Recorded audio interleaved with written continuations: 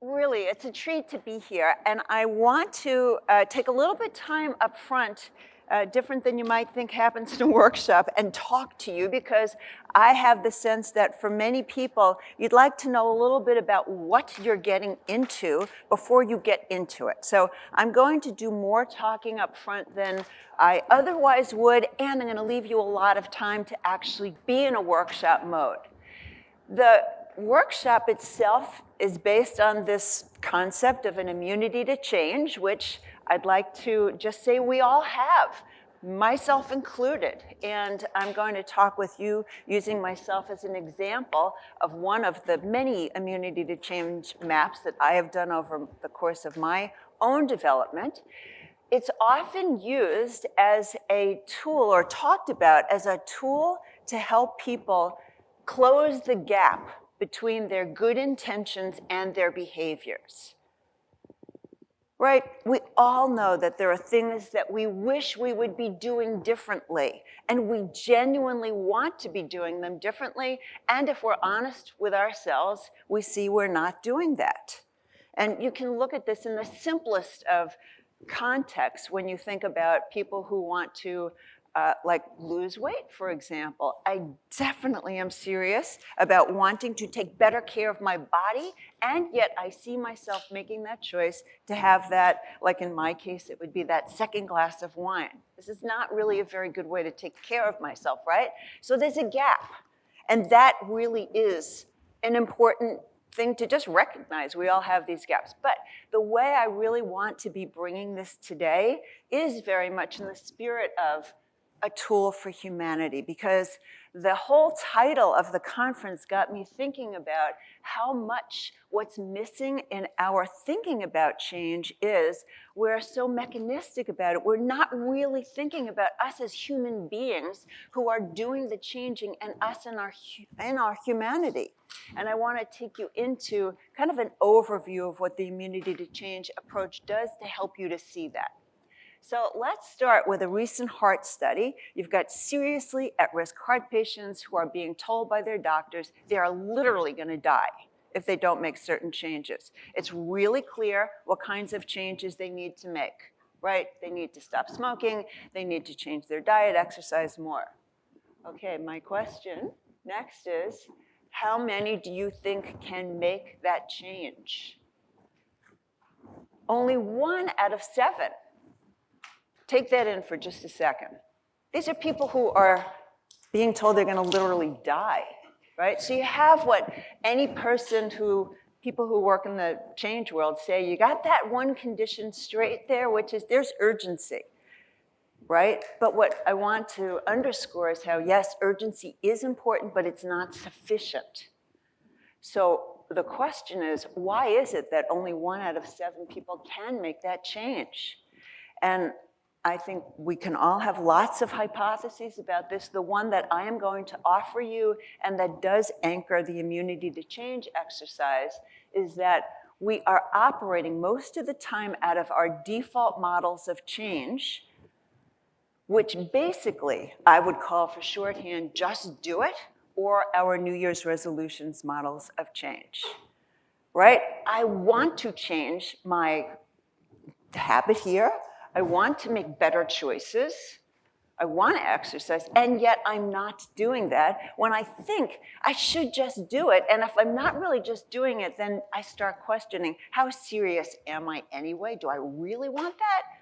Maybe not. So then I would start questioning ourselves. But I'd like to say that we set ourselves up and we do a disservice to ourselves when these are really the only models of change that we go to. And I would say this is worldwide. So what I'd like to introduce is, to me, what was a really pivot point in my own learning and professional development, which is captured in the single quote by Ron Heifetz and Marty Linsky.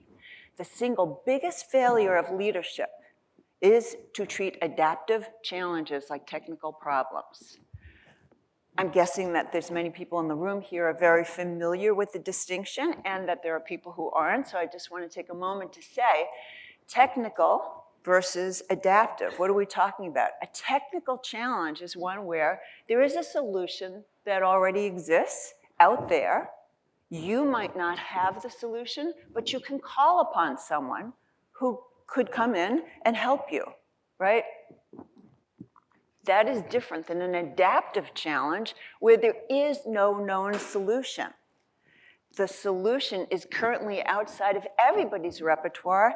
And if you look at this next bullet, which is it can be addressed only through changes in people's priorities, their beliefs, their habits, and their loyalties, that's all the stuff that's inside of us.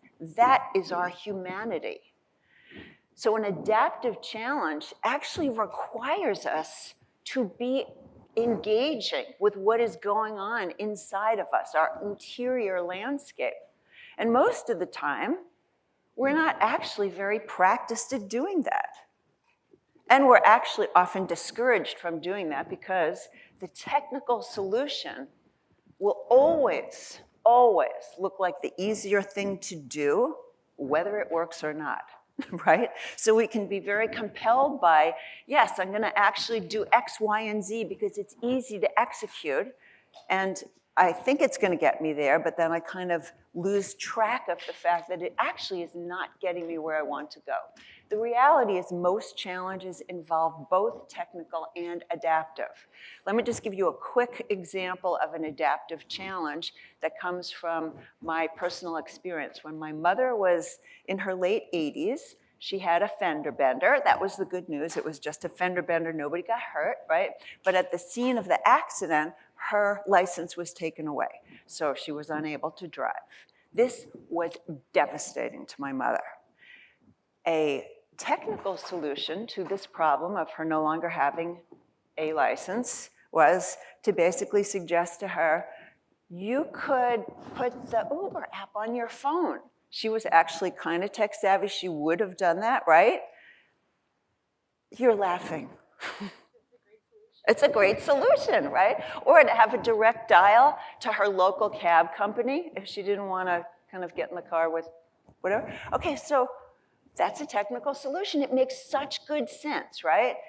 However, you know where this is going. My mother would never use those because why? Not because she was elderly and wasn't tech savvy, but because really what was at stake for her, which was the adaptive challenge, was her own sense of fierce independence. I'm not going to call anybody to get where I want to go.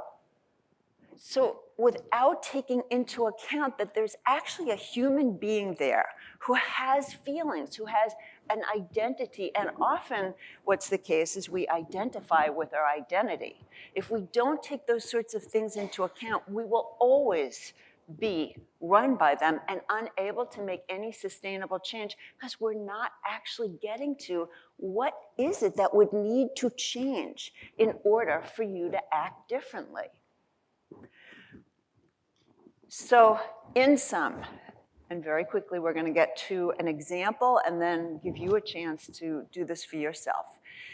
Research tells us that the single biggest challenge, failure of leadership, is to treat adaptive challenges like technical problems. And technical problems can be solved directly through new behaviors. You can just go straight at it. But in contrast, adaptive challenges require people to change their mindsets.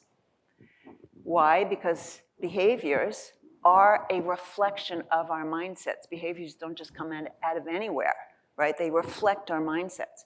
So therefore, if we're going to find a way to actually create sustainable change, we've got to get into how do we see and how do we examine what is in our mindset? And that's what the immunity to change approach is designed to do. It's designed to help shine a light on what are the adaptive dimensions of the change challenge. What are the human parts of the self, ourselves, that we really have to look to and welcome if we're going to be able to create sustainable change.